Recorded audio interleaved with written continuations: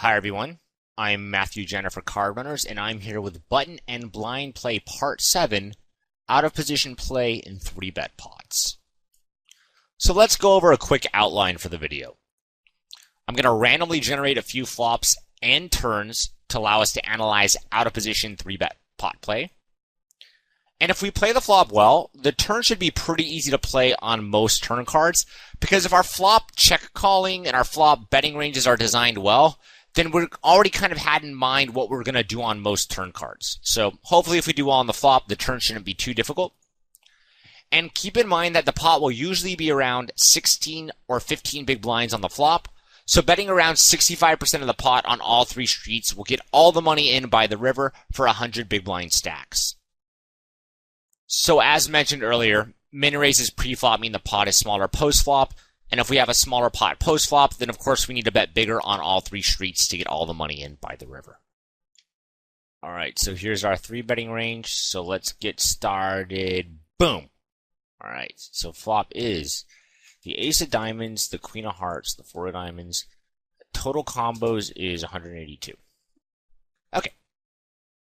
So let's start with sort of the obvious hands. And when we're dealing with 3-bet pots, we're going to be dealing with mixed strategies a lot. So, for example, ace-queen might need to be bet here sometimes and check raised to others.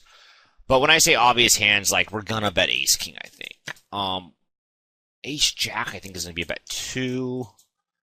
Ace-10 might be bet on the flop and check called later. So I'm actually going to put that here right now, but I might find out that's wrong.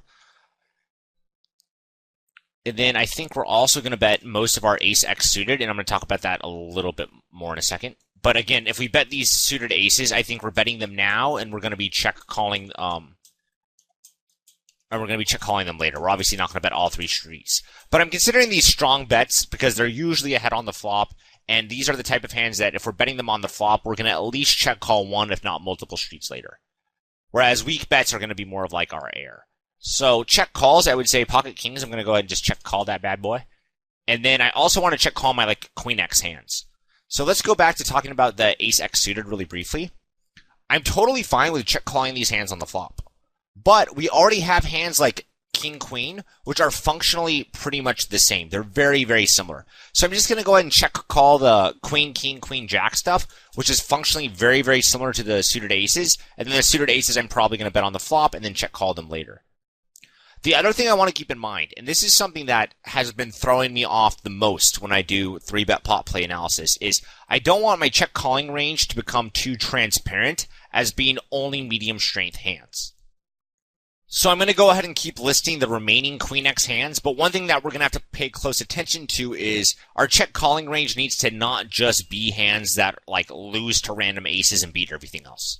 Because if it is only composed of hands like that, then our range is just too transparent and it's too easy for our opponent to play accordingly.